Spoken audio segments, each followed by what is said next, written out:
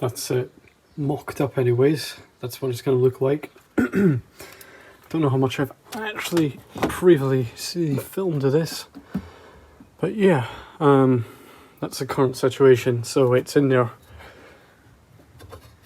pretty tight, but obviously I don't want it to be tight when I go to weld it, so be a little bit more getting shaved off each end, just so that it has some wiggle room to expand whilst welding. Also you need a tiny gap whilst you're welding. 5mm thick plate. Can't remember what this was off the top of my head. I think it's like 40 by 2mm seamless steel tube. Has to be that for the... I'm kind of building it to FIA regulations. Well, just what there is on the guidance for it. Because obviously you want it to be safe.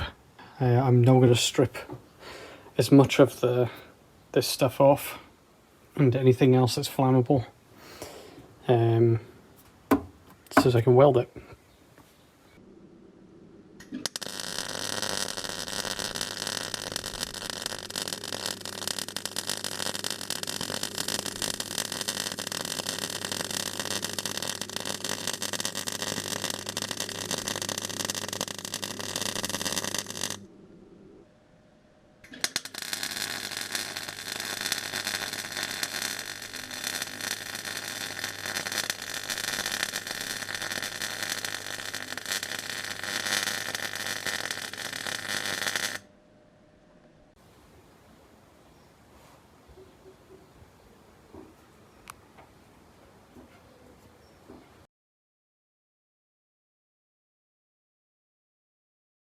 See that nice golden shimmer to it?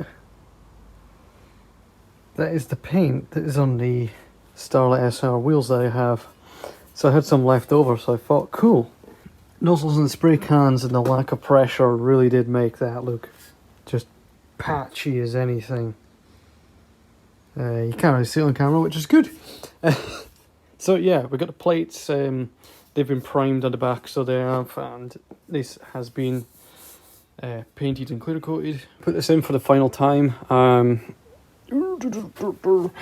not sure if I filmed it, but put that knife down nice and gently. But in the seat, this corner by the tunnel, obviously I can use the original seatbelt mount on that side, so we have to go down another road for the tunnel. So I was trying to make a square solid cube out of tinfoil. I'll keep battering that. So we have one of these guys, which is just like it's a thick plate. I think it's 3mm thick, just by looking at it.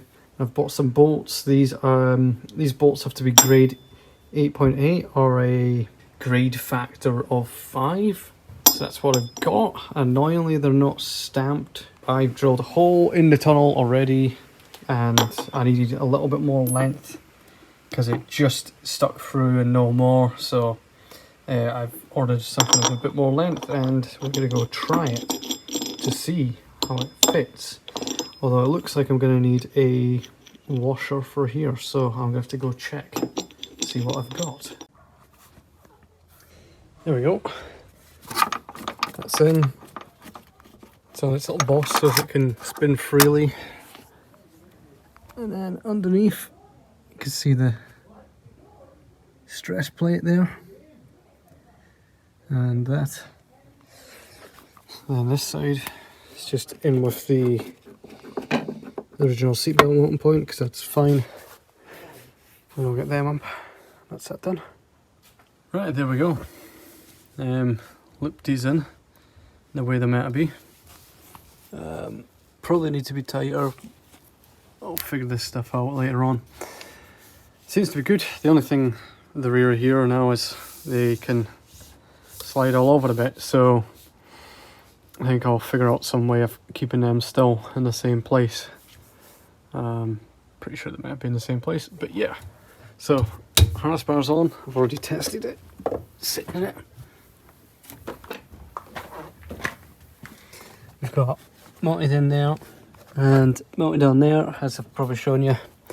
But yeah, when you're together,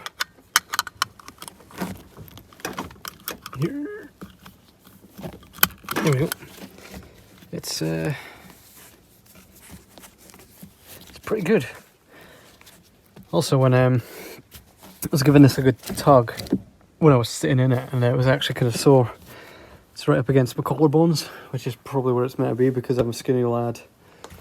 I'm probably gonna need to get them padded things just to make it a little less of a pain. But yeah, no, I'm happy with that. It's far better.